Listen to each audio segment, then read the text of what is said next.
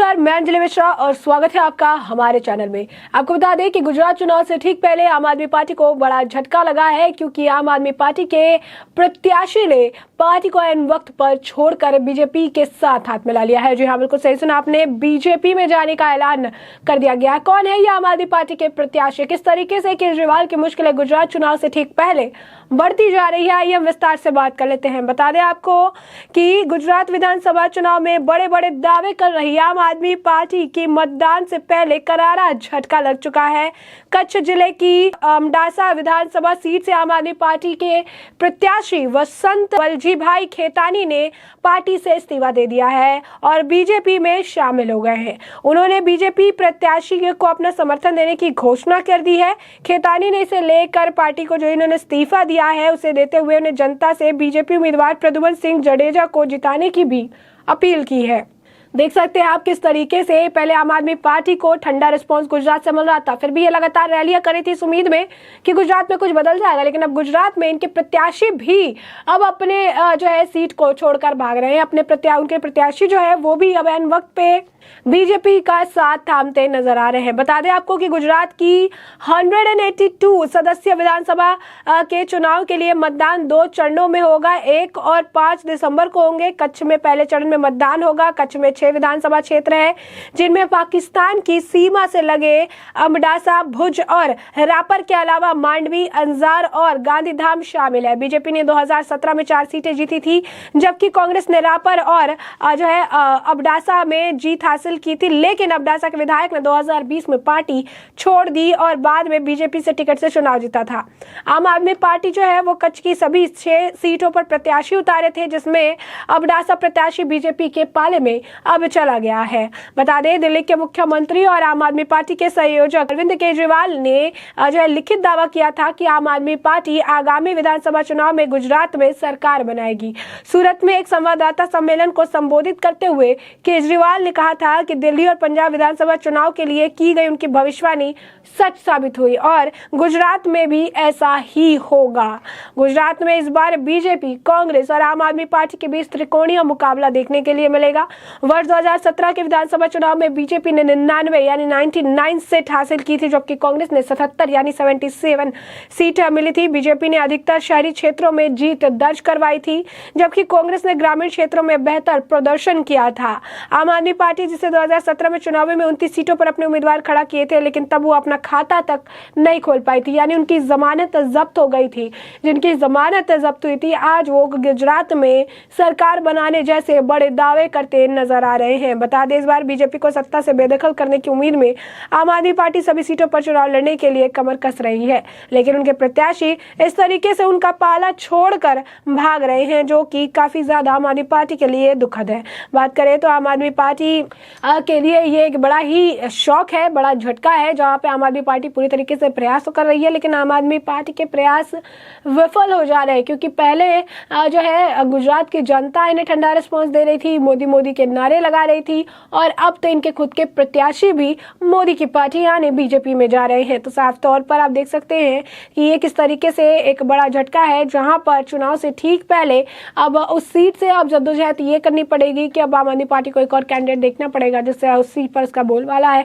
कहीं ना कहीं अगर आप देखेंगे तो एक सीट जो है अभी ही आम आदमी पार्टी जो है नुकसान में चल रही है। गुजरात में आम आदमी पार्टी चुनाव से पहले ये उनके लिए बड़ा झटका माना जा रहा है। पार्टी के एक उम्मीदवार ने बीजेपी के सपोर्ट में ऐलान कर दिया है। मामला कच्छ से है या अमडासा सीट के प्रत्याशी ने बीजेपी उम्मीदवार को सपोर्ट किया है। चुनाव से पहले अमडासा में बीजेपी ने बड़ा खेल खेल दिया। अमडासा में आम आदमी पार्टी के उम्मीदवार वसंत खेतानी बीजेपी में शामिल हो गए हैं और वसंत खेतानी अचानक आप नेताओं के संपर्क से बाहर हो गए थे और कुछ ही मिनटों बाद पता चला कि वह भाजपा के खेमे में आ गए हैं, यानी भाजपा के खेमे में आ चुके हैं। और गुजरात में जो है बीजेपी ने आम आदमी पार्टी के साथ ये बड़ा खेल कर दिया। मिली जानकारी के अनुसार आम आदमी पार्टी के जो प्रत्याशी है वसंत खेतानी, उन्होंने रविवार शाम से पार्टी के नेताओं से संपर्क से वो बाहर हो गए थे। उन्होंने अपना मोबाइल स्विच ऑफ कर लिया था, तभी आशंका हो गई थी कि खेतानी बीजेपी में जाएंगे। इसके बाद वसंत खेतानी ने एक संदेश में ये कहा कि वो बीजेपी में शामिल हो गए। संदेश साफ तौर पर देखने के लिए मिला।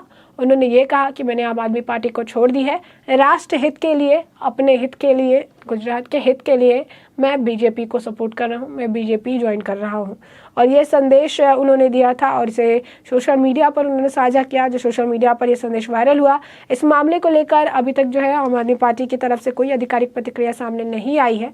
वो इन सीट पर मुकाबला अब और दिलचस्प हो गया है। यहाँ बीजेपी और कांग्रेस के बीच सीधी लड़ाई हो गई है। बता दें, गुजरात से पहले चरण की वोटिंग में सिर्फ 2 दिन बचे हैं। 2 दिनों बाद राज्य में पहले चरण का मतदान होगा। सौराष्ट्र, कच्छ और दक्षिण गुजरात की 89 सीटों पर गुरुवार यानी कि 1 दिसंबर को मतदान होगा। इस चरण में जीत हासिल करने के लिए बीजेपी, कांग्रेस और आम आदमी पार्टी ने अपनी पूरी ताकत झोंक रखी है और ये आने वाला समय ही बताएगा कि गुजरात में किसको कितने सीट पर जीत जो है मिलती है, कितने सीट पर कौन जीत दर्ज करवा पाता है। तो साफ तौर पर आप देखिए कि गुजरात जो है काफ़ी अहम बना हुआ है।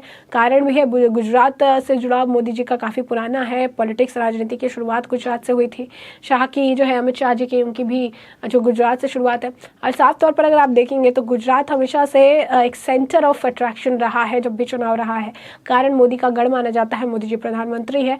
और एक गुजरात ऐसा है कि कहते हैं कि गुजरात में अगर सेंध लगा ली तो उसका जो परिणाम है वो राष्ट्रीय लेवल पर भी देखने के लिए मिलेगा। और यही कारण है कि गुजरात जो है काफ़ी अहम हो जाता है और बीजेपी के लिए भी गुजरात को फतेह करना उतना ही ज़्यादा जो है मान और सम्मान की बात हो जाती है। और यही कारण है कि गुजरात में लगातार अगर आप कहेंगे तो सभी पार्टियां अपनी तरफ से पूरा प्रयास कर रही है। स्टार प्रचारकों की पूरी टीम जो है उनके द्वारा उतार दी गई है। अभी हाल फिलहाल में जो है मोदी जी भी गए थे प्रचार करने, जेपी नड्डा भी घर घर गए थे प्रचार करने के लिए, योगी आदित्यनाथ को भी स्टार प्रचारक के तौर पर उतारा गया था।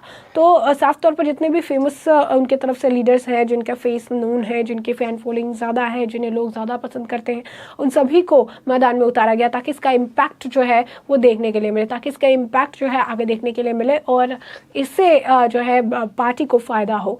और इस दौरान भी बयानबाजी का दौर बहुत तगड़ा देखने के लिए मिला। ध्यान देने वाली बात यह है कि आम आदमी पार्टी बड़े बड़े दावे कर रही है। अरविंद केजरीवाल ने तो लिखित में ये दावा कर दिया कि मैंने कहा था दिल्ली में सरकार बनेगी, बन गई। मैंने कहा था पंजाब में सरकार बनेगी तो बन गई।